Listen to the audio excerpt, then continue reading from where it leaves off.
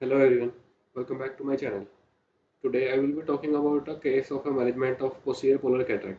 So I have enlisted few key points which need to be taken care of while managing the posterior polar cataract. Now let's start with the case. So the side ports are made with the help of MVR blade. I usually prefer two side ports for bimanual irrigation and aspiration, and this step is followed by the making of the main ports with the help of 2.8 millimeter keratome. After which intracameral phenocane is injected uh, and followed by intracameral dye. The dye is immediately washed after 5 to 10 seconds, uh, followed by injecting the OVD in the AC.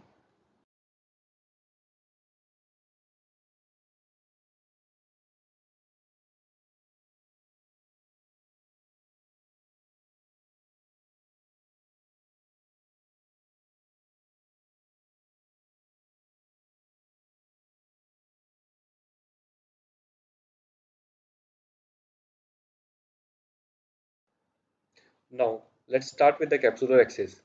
I prefer to do it with the help of cystitome, and in case of polar cataract, I usually make it around 4.5 to 4.75 millimeter or oval axis.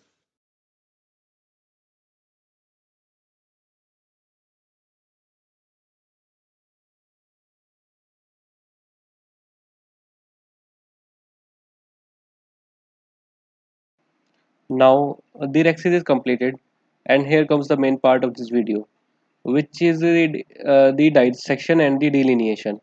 To achieve this, I am not using the BSS.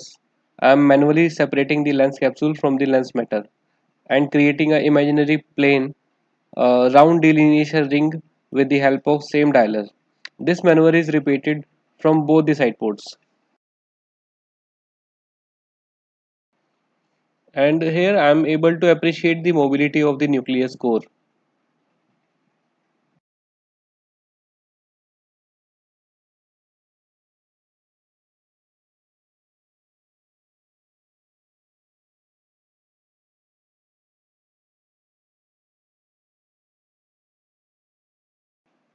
And this maneuver is also repeated from the left side port with the swiping movement.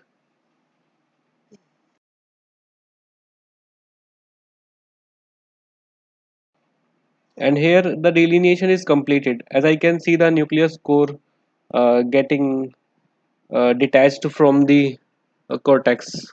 Now I am again repeating the maneuver from the right side port and ensuring that the nucleus is freely mobile, and this maneuver will help me to loosen up the cortex. One key point to note down is that this method of dissection and delineation is absolutely contraindicated in suspected zonulopathy or the weak zonules.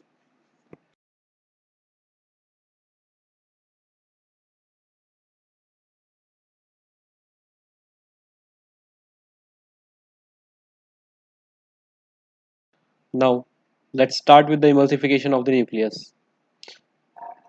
As the nuclear core is separated, so now it is very easy to perform the chopping and emulsification of the nucleus. To achieve this, I have lowered the bottle height and started the emulsification.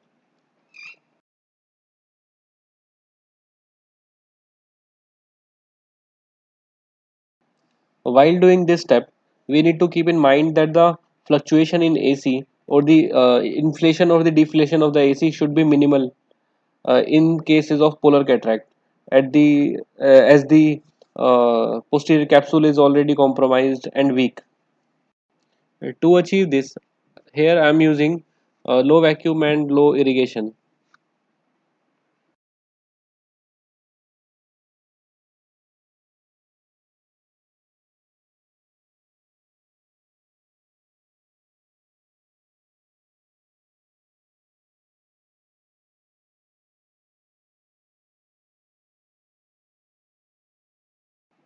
Once I am done with the nucleus and epinucleus, uh, I'm not taking out my probe suddenly because it will collapse the AC. So I'm putting the visco from the side port, and then I will take out my FICO probe.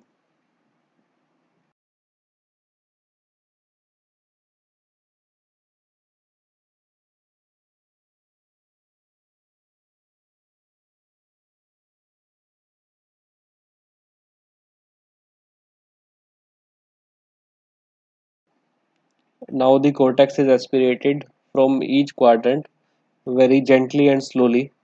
This video seems to be fast because it is fast forwarded by 2 times, but I was very slow during this step.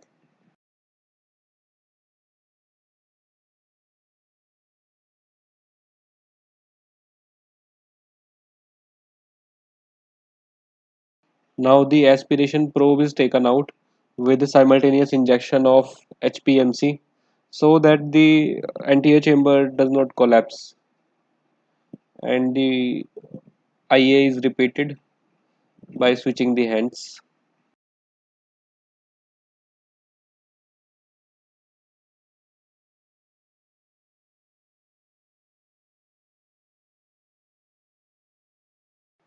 Here the aspiration of cortex is completed, and I am putting the intraocular lens directly into the bag, and I am using the hydroimplantation method in this case because it will save my time to take out the remaining visco. Now the case seems to be completed, but at the end of the surgery, the posterior capsular rupture can happen at this step also, as I have faced this situation. So the hydration of the wounds are done by keeping the irrigation in my left hand. Thank you for watching the video. You can like, share, and subscribe for further information. Thank you.